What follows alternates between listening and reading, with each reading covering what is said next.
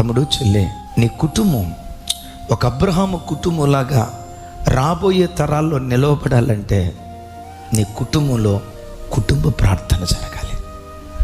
నీ కుటుంబంలో బలిపీఠం కట్టుకోవాలి. ఆ బలిపీఠం దగ్గర ప్రతి దినం ప్రార్థన చేయాలి.